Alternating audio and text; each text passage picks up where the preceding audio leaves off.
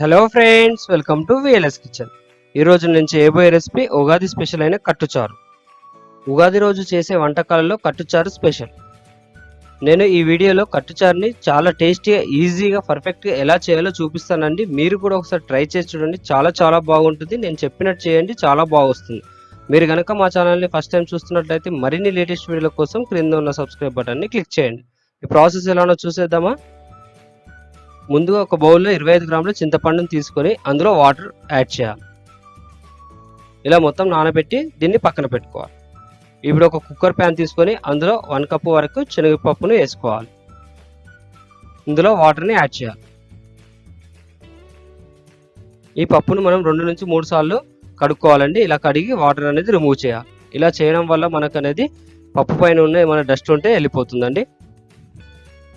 ఇందులో 3 కప్పుల వరకు వాటర్ని యాడ్ చేసుకోవాలి. అంటే 1 కప్పు శనగపప్పుకి 3 కప్పుల వాటర్ని యాడ్ చేసుకోవాలి. అప్పుడు మనకు పర్ఫెక్ట్గా వస్తుందండి ఈ రెసిపీ. ఇలా 3 కప్పుల వాటర్ని పోసిన తర్వాత దీనిపైన కుక్కర్ మూత పెట్టేసి ఉంచాలి. దీన్ని అనేది మనం 3 విజిల్స్ వచ్చేంత వరకు మీడియం ఫ్లేమ్లో ఉడికించుకోవాలి. 3 విజిల్స్ వచ్చిన తర్వాత ఒకసారి తీసి చూసుకోవాలి. చూడండి, పప్పు ఉడికిందో లేదో చెక్ చేసుకుందాం.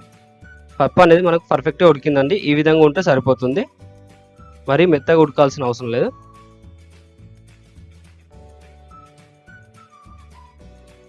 ఇలా ఉడికిన తర్వాత దీని నుంచి మనం వాటర్ని సపరేట్ చేసుకోవాలి. మనం ఈ పప్పును అనేది మనం పోలేలు కూడా చేసుకోవచ్చు అండి వీటితోని. ఇలా పప్పును సపరేట్ చేసుకోవాలి. ఈ వాటర్తోని మనం కట్టిచారు చేసుకోవాలి. ఇలా పక్కన పెట్టుకోవాలి. ఇప్పుడు ఒక ప్యాన్ తీసుకొని 2 టేబుల్ స్పూన్ ఆయిల్ వేసుకోవాలి. ఆయిల్ వేడైన తర్వాత ఆవాలు, కొద్దిగా జీలకర్ర వేసి వేయించుకోవాలి. వీటిని లో ఫ్లేమ్లో వేయించుకోవాలండి, లేదంటే మాడిపోతాయి. ఇప్పుడు ఇందులో కొద్దిగా శనగపప్పు, కొద్దిగా మినపప్పు వేసి వేయించుకోవాలి.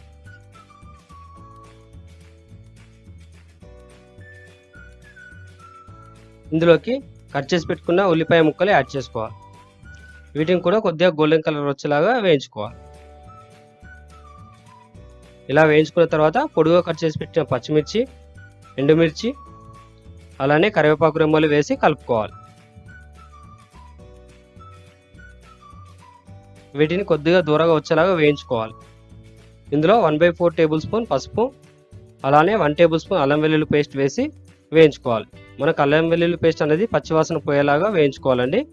దీనివల్ల మనకు టేస్ట్ అనేది చాలా బాగుంటుంది చారు. ఇందులో పెద్దగా కట్ చేసిన టమాటా ముక్కల్ని యాడ్ చేసుకోవాలి. చారులోకి మనం పెద్దగా కట్ చేస్తేనే బాగుంటుందండి టమాటాలు. ఇప్పుడు దీనిపైన మూత పెట్టి 2 నిమిషాల పాటు మీడియం ఫ్లేమ్లో ఉడికించుకోవాలి. ఇప్పుడు ఒకసారి మూత తీసి కలుపుకోవాలి. చూడండి, ఈ విధంగా మనకు ఫ్రై అయితే సరిపోతుంది, మరీ ఎక్కువ కాకుండా.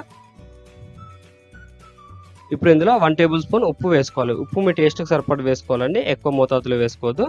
అలాగే పప్పు నుంచి తీసిన వాటర్ని యాడ్ చేసుకోవాలి. అలానే ఇక్కడ చింతపండు నుంచి తీసిన చింతపండు రసాన్ని యాడ్ చేసుకోవాలి. వీటిని మొత్తం ఒకసారి కలుపుకోవాలి.